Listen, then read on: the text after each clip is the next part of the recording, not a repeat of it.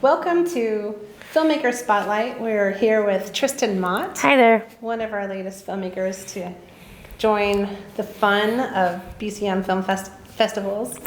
Yay! The latest one was the Film Festival, and it's pretty scary, the second half. But your film was the one that kicked it off for us. So tell us a little bit about how you came up with the idea and your process of thinking and the elements that made it really work.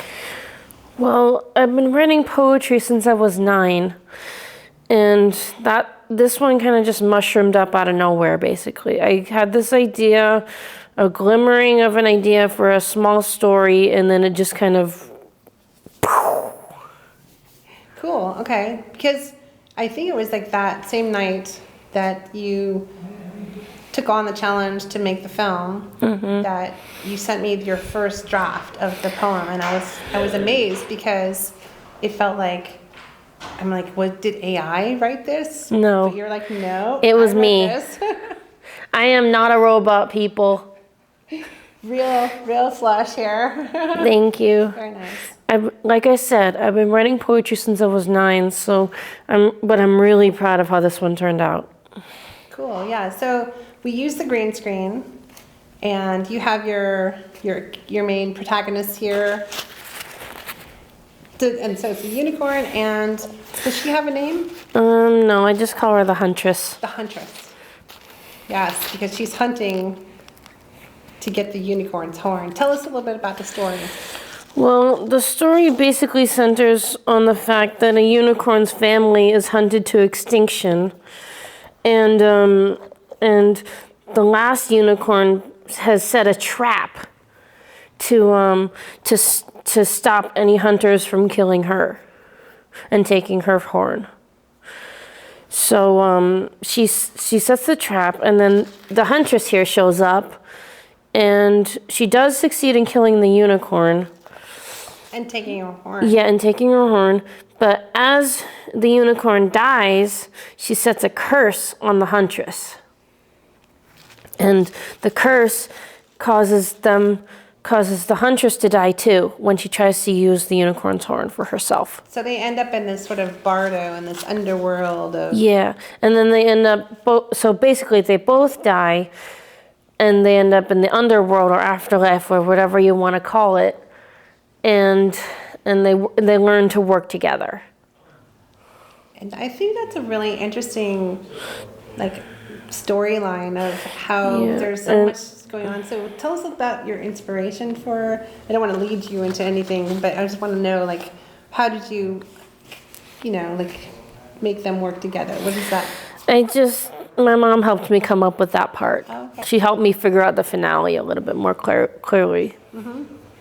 Did you do a lot of storyboarding with this film? I did some storyboarding, and using Google Slides, I basically fleshed out the story, and I made it into a slideshow with different images, using pictures from online, using photos of a doll, of the same doll that I found online.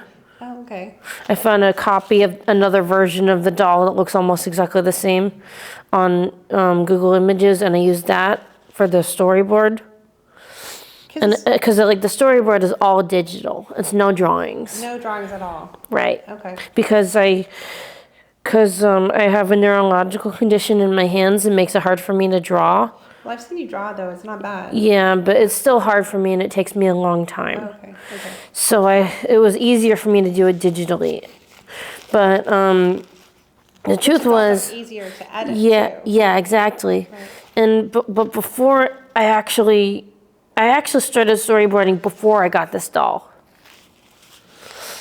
And I got this doll at a free item swap meet in El Cerrito. Oh, cool. And I ordered the unicorn from an online purchase from eBay. Okay.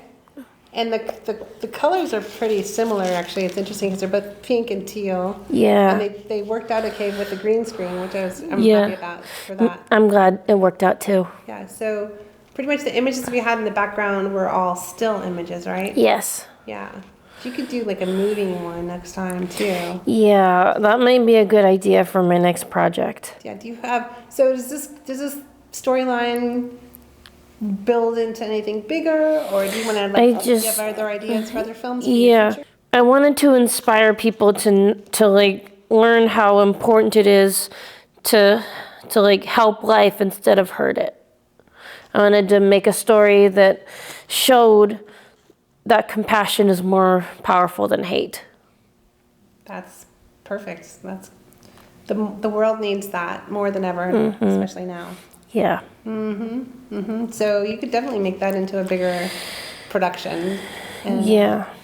I understand you're going to be part of our internship in the new year. It's going to be starting. Yeah, I'm looking forward to it a lot. I can't wait to start on January 7th. So are you going to be working on anything production-wise while you're on winter break? Maybe. I'll think about it. I'll give it some more thought and get back to you on that. Because I'll need to ask my dad if he can get me any kind of software for Christmas. I might want to get Final Cut Pro for myself. Oh, that's a good idea. I think that's maybe the next step for you for the empowerment, because you do use another editing program. Yeah.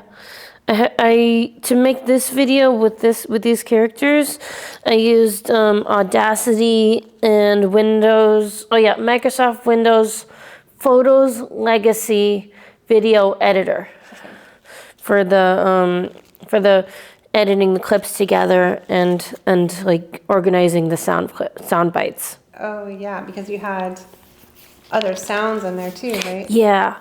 So yeah. That Audacity let me cut the song that I used at the end and the other bits of sound into the right length.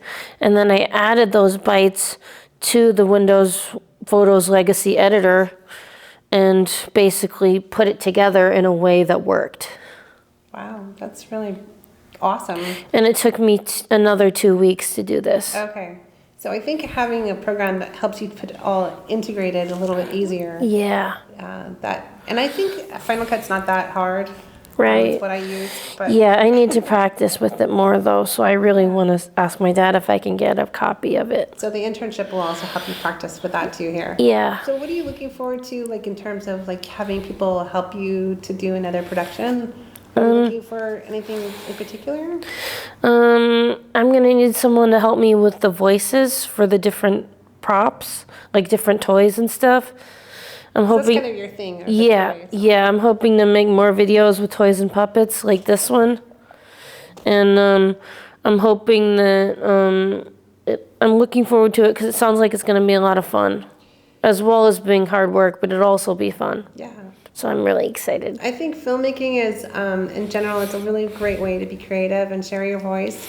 And I know you from Sharon Siskin's class at Berkeley City College for what's it called? Art in the community. Art in the community. And it's sort of the idea of citizens who are artists helping out other organizations. Right. To be able to put some more light and color into those organizations that need some support. Yeah. Right? So it's a great symbiotic relationship to be in the world as an artist, which I think you have as your poetry. Exactly. And your vision. I also really want to say I really appreciate what you offer to the world as an example of somebody who really seems like you know what you want. And you're kind of. I'm still figuring it out a little bit. Well, good. That means it's not over. But also that you know how to ask for what you want. Right. So that's a pretty good skill. Yeah. So. I've been practicing self-advocacy my whole life, basically. I mean, I was born different. I'm autistic and high-functioning autistic. And I don't always know what I want, but I know how to ask for what I need. Right. Yeah. Well said. Yeah. So thank you so much for this little interview and time to be part of our BCM family. I really appreciate your participation, your energy. Yep, I'm really excited about it. Yay. Yay! Yay, BCM. Thank you. And thanks to Liza for your support too. Yeah. She's a good girl. Yep. She's our emotional support dog here at BCM. Yeah.